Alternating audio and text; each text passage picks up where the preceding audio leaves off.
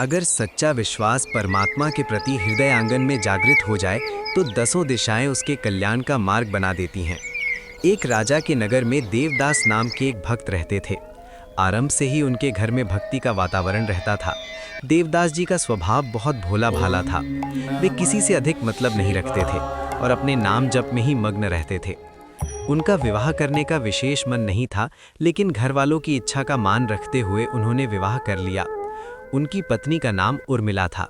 जब उर्मिला ने देखा कि देवदास जी हर समय भक्ति में डूबे रहते हैं तो वो ये देखकर आश्चर्य करती थी। एक दिन उर्मिला ने पूछा, क्या इतनी भक्ति करने से भगवान मिल जाते हैं? देवदास जी मुस्कुराकर बोले, भगवान तो हमेशा मिलने के लिए तत्पर रहते हैं, लेकिन उनसे मिलने की सच्ची चाह हर किसी के हृदय में नहीं जागती। ये सुनकर उर्मिला ने निश्चय कर लिया कि वो भी अपने हृदय में वो चाह अवश्य जगाएगी। धीरे धीरे दोनों की भक्ति बढ़ती गई। कुछ समय बाद उनके घर एक पुत्र का जन्म हुआ जिसका नाम भगवत राज रखा गया। तभी एक दिन देवदास जी ने कहा, देवी, अब परीक्षा का समय आ गया है।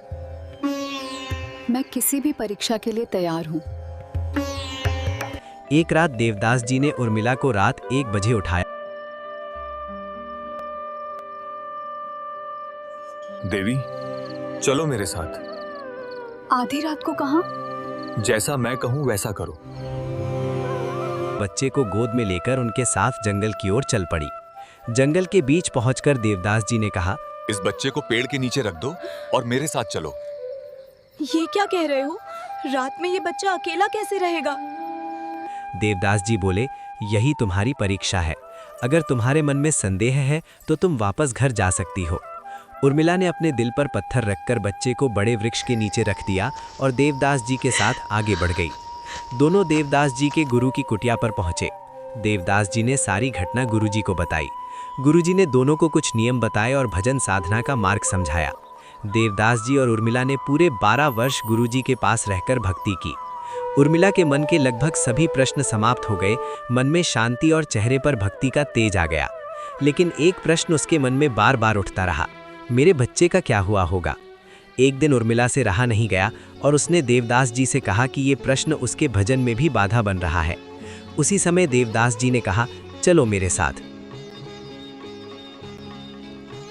दोनों राजा के दरबार पहुंचे। देवदास जी ने राजा से कहा, आज से 12 वर्ष पहले आपके सैनिक जंगल से एक बच्चा लेकर आए थे। क्या मैं जान सकता हूं वो बच्चा कहां है? राजा आश्चर्यचकित हो गया और बोला, तुम्हें कैसे पता कि वो बच्चा हमारे सैनिक ही लाए थे? तब देवदास जी ने सारी घटना राजा को बता दी। राजा उनकी भक्ति देखकर भावुक हो गया और उनके चरणों में झुक गया।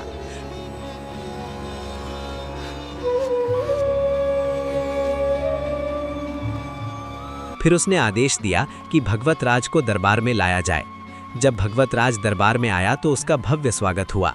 ये देखकर उर्मिला आश्चर्य में पड़ गई। राजा ने कहा, जब से ये बालक हमारे महल में आया है, हमारे सभी बिगड़े काम बनने लगे हैं।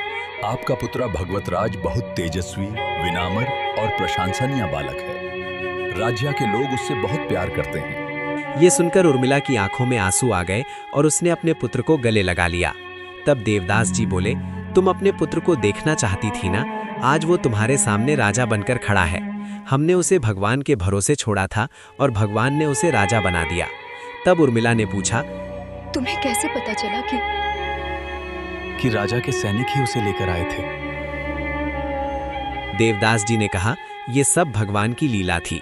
मुझे एक दिन गुरुजी ने स्वप्न में ये सब करने का आदेश दिया था और दिव्य दृष्टि से पूरी घटना बता दी थी। जो सैनिक हमारे पुत्र को लेकर गए थे वही भगवान का रूप थे। इसलिए कहा जाता है, प्रबल प्रेम के पाले पड़कर प्रभु को नियम बदलते देखा। अपना मान भले टल जाए, भक्त का मान न टलते देखा।